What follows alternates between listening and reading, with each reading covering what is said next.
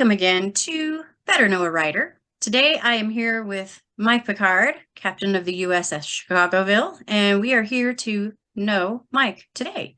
Mike, tell me just a little bit about your writing and what your most recent project or publication is. Well, I've been writing since 1993. There's a whole story about how I got started, but I won't bore you with that at the moment.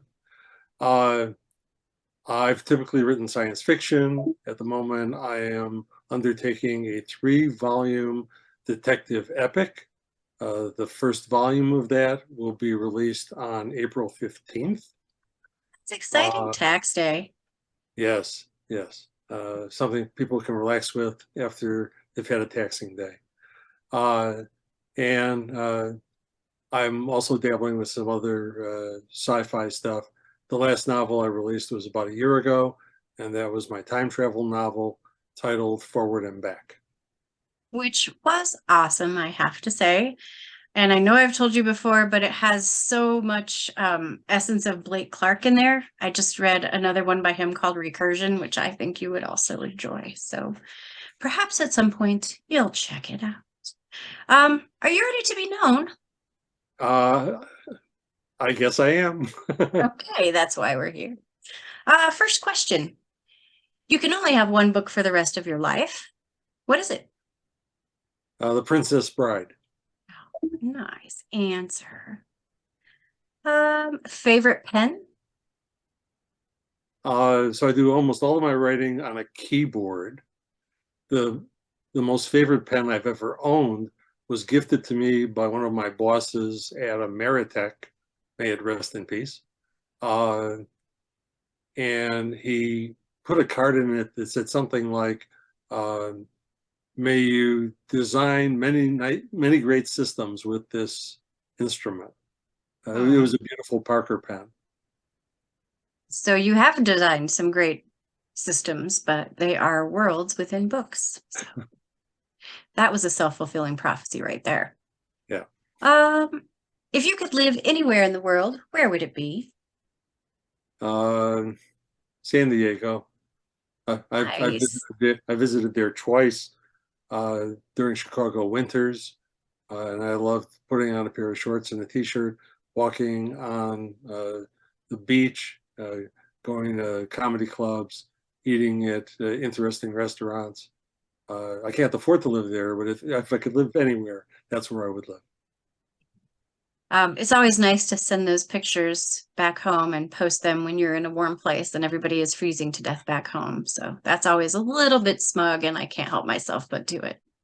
What truly scares you the most, Mike? Oh, I was afraid you were going to go deep. Death. Death. Pure and simple. I love life. Your death? Your Mine. death or the death of others? No, mine. Because we're talking about me, right? Sure. Yeah, I love life too much to ever give it up. I know I'll have to, but I don't like the idea. I think you'll at least stay young until that day happens. I'm pretty sure. Mike, what is the best book to movie adaptation? Ouch.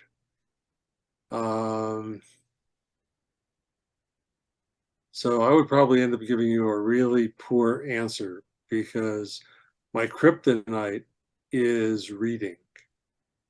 I don't read nearly as much as I should. And it's very odd. Writers will say writers should read. The implication of their statement is if you read, not only will you enjoy the work, but you will learn craft from it. And the way my brain is wired, I can't learn craft by reading a book. I can enjoy a book, but I can't learn best practice from it. And so that's one of my foibles. And now I've put it out there for everyone to know. So you're dodging the question then? I haven't read enough books to give you an answer. That's totally fair. Dodge the question. Good job. Star Wars or Star Trek? And I think we all know the answer to this. And why is Star Trek better? So obviously it's Star Trek.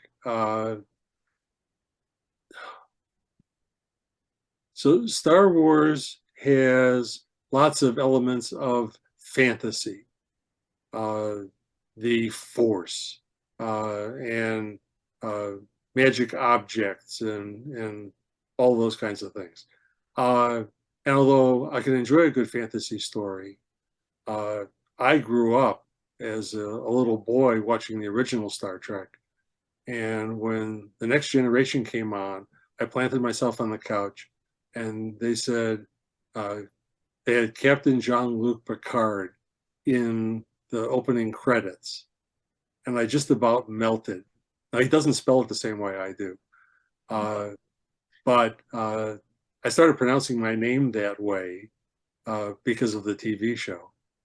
And so I feel a personal connection because the character has my name. And although there are a lot of Mike Pickards in the world, many of whom I'm friends with on Facebook, uh, having a TV character in a sci-fi franchise when I'm all about sci-fi, that was just too good. Awesome. There's a whole movie about people with my name, but it doesn't really show us in a very nice light. So definitely not my favorite. Where do your ideas come from?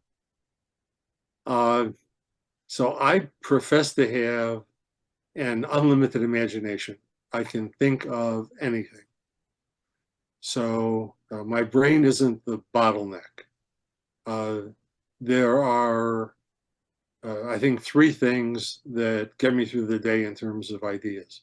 One is asking what if, taking a circumstance and just tweaking it a bit so that you think about the consequences if something about it was different. Lots of my novels have a what if origin. And then I'm very lucky, I can channel the early morning dreaming after I've slept all night and I'm going in for the last hour because I check the clock and then I'm going to roll over and go back to bed. In that last hour, I can channel my dreaming to story ideas. So I'm working on a story, my brain can work in background and generate something. And then my favorite is hot showers uh, because the warm water just relaxes me, my mind floats away, and whatever I think about is going to be captured seconds later when I run out of the shower, dripping wet, sit down at my desk, and scribble notes about all the things that I thought about. You know, they have bathtub crayons for children where you can write on the walls and then wash them off. So that might be something you might think of investing in. What is my favorite book? Your favorite book?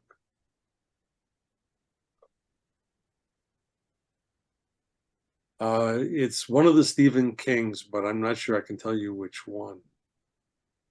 No. What is the best font? Comic Sans. Are you kidding me? Yes, I am. Oh, good. Uh, so I use, for a long time, I used Bookman. And it was advised by someone who worked at a printing company that my dad worked for. And she said that Bookman was good for books. And now I use I think a Times serif font. Nice. Mine defaults to Calibri, and maybe you could show me sometime how to change that. I have no idea. How many notebooks is too many notebooks?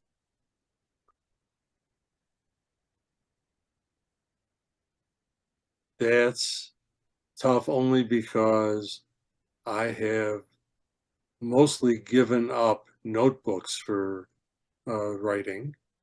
Uh, if I write by hand, it's on slips of paper. I put them in a manila folder and then I'll gather them up and review them later. Or I will dictate notes in the car to the dashboard and then pick them up on the computer later. So I guess two would be too many because I'm using one. That makes sense. Perhaps your notebook should be a giant stack of sticky notes. Uh, so I do buy sticky notes by the gross. Uh, Mike, what is on the top of your TBR pile or piles? It is uh,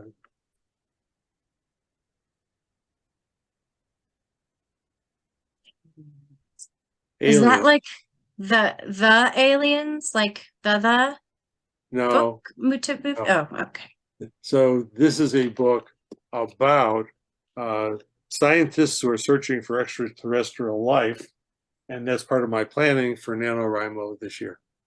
Gotcha. You don't have to tell me yet, but I'm excited to hear about that. If you could have coffee with anyone in the world, alive or dead, who would it be?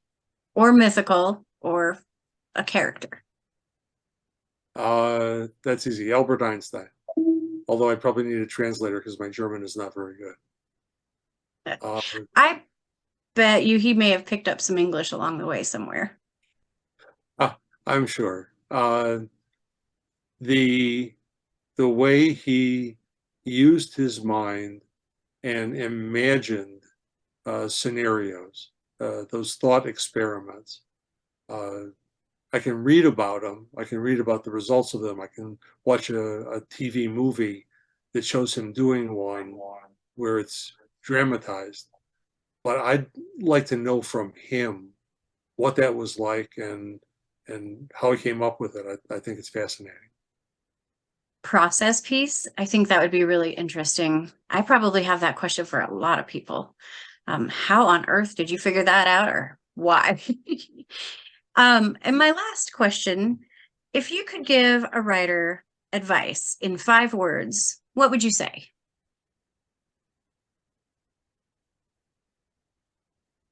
Dump the story, don't edit. That is good advice. Advice that I live by as well. Well, Mike, thank you so much for taking the time to talk with me today. You are now officially known. Thank you very much. It was a pleasure.